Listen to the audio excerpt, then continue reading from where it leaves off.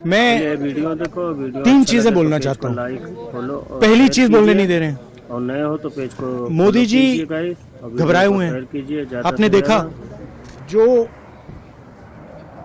Trade deal 4 महीने से रुकी हुई थी 4 महीने से कुछ बदला नहीं। किसी न किसी कारण, जो मैं जानता हूं नरेंद्र मोदी जानते हैं, नरेंद्र मोदी जी ने कल शाम उस डील को साइन कर दिया। नरेंद्र मोदी जी पर प्रेशर है, भयंकर प्रेशर है, और नरेंद्र मोदी जी का जो इमेज का गुब्बारा है, जो हजारों करोड़ रुपए लेकर बनाया गया था, वो फूट सकता है। इशू ये नारावाने की स्टेटमेंट नहीं है, ये साइड शो है, और वो भी जानते हैं, मैं भी जानता हूं।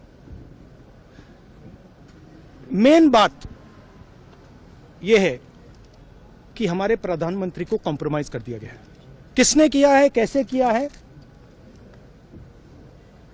यह हिंदुस्तान की जनता को सोचना है।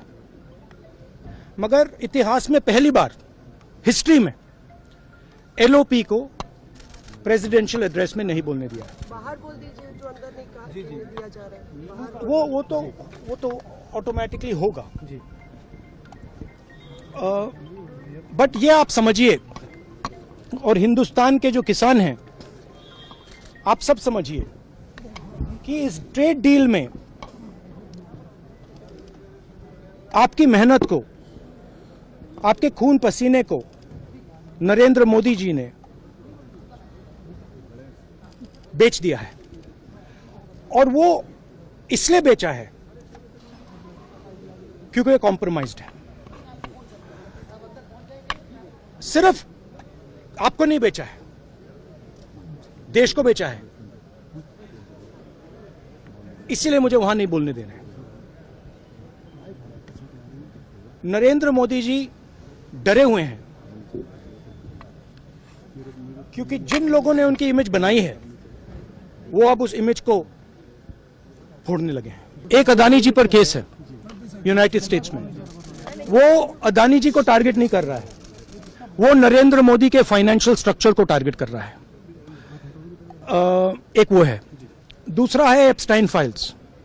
एप्स्टाइन फाइल्स में अभी और माल है, वो अभी रिलीज नहीं हुआ है।